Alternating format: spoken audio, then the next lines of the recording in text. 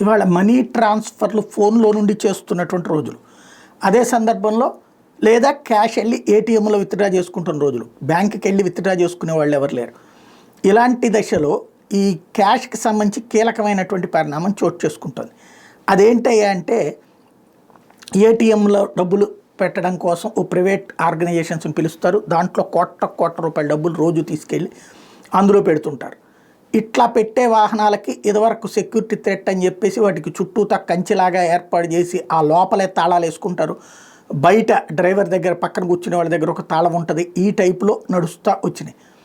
ఇంతవరకు సెక్యూరిటీని ఏర్పాటు చేసుకుంటూ వచ్చారు. ఇప్పుడు బీహార్లో జరిగిన ఉదంతం చూస్తే ఇక రాబోయేటటువంటి రోజులు బుల్లెట్ ప్రూఫ్ వెహికల్స్ పెట్టాలేమో. ఎందుకంటే బీహార్లో 2 వీలర్ మీద వచ్చిన వాళ్ళు ఇట్లాంటి ఏటీఎంలో డబ్బులు జమ చేసేటటువంటి వెహికల్ మీద కాల్పులు జరిపితే ఒకళ్ళు ప్రాణాలు కోల్పోయారు, 2 తీవ్ర గాయాల పాలై ఉన్నారు.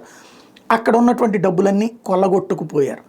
ఇది పెను సంచలనం. ఎందుకంటే ఇంతవరకు ఏటీఎంల్లో దాంట్లో ఏటీఎం మిషన్లు ఎత్తుకుపోయినటువంటి వాళ్ళని చూసాం, లేదా ఏటీఎంల్లో ఉన్నట్టు ఆ డబ్బులు లోడ్ చేసేటటువంటి వాళ్ళే తేడా చేసింది చూసాం.